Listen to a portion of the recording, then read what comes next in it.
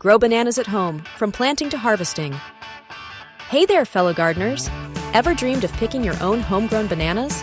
Today, we're diving into the surprisingly simple process of growing bananas right in your backyard, or even indoors.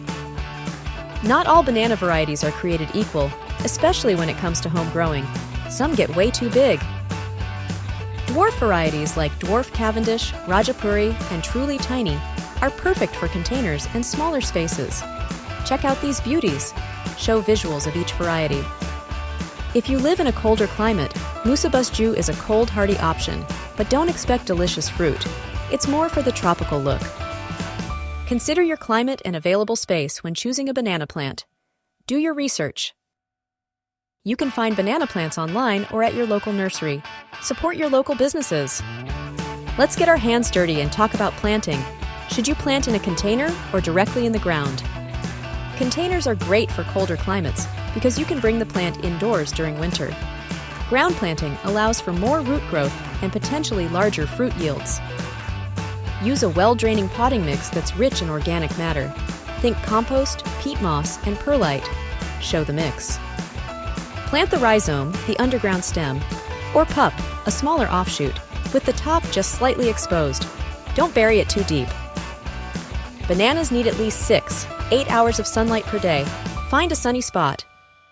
Water thoroughly after planting to help the roots establish. Give it a good soak. Show a time-lapse of a banana plant emerging from the soil. It's so rewarding to watch them grow. Now that your banana plant is planted, let's talk about ongoing care. It's easier than you think. Water consistently, keeping the soil moist but not soggy. Adjust your watering schedule based on the weather. Bananas are heavy feeders, meaning they need a lot of nutrients. Use a balanced fertilizer regularly. Show examples of fertilizer. Keep an eye out for pests like aphids and spider mites.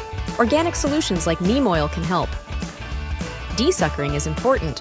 Remove extra pups, baby banana plants, to focus the plant's energy on the main stem. Demonstrate the process. If you live in a colder climate, overwintering is crucial. Don't let your banana plant freeze. Bring container plants indoors when temperatures drop below 50 degrees Fahrenheit, 10 degrees Celsius. It's time for a vacation inside. During dormancy, reduce watering and stop fertilizing. The plant is resting.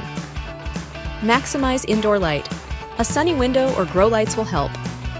Alternatively, you can cut back the plant and store the rhizome in a cool, dark place. It's like hibernation for your banana. Show examples of overwintering setups.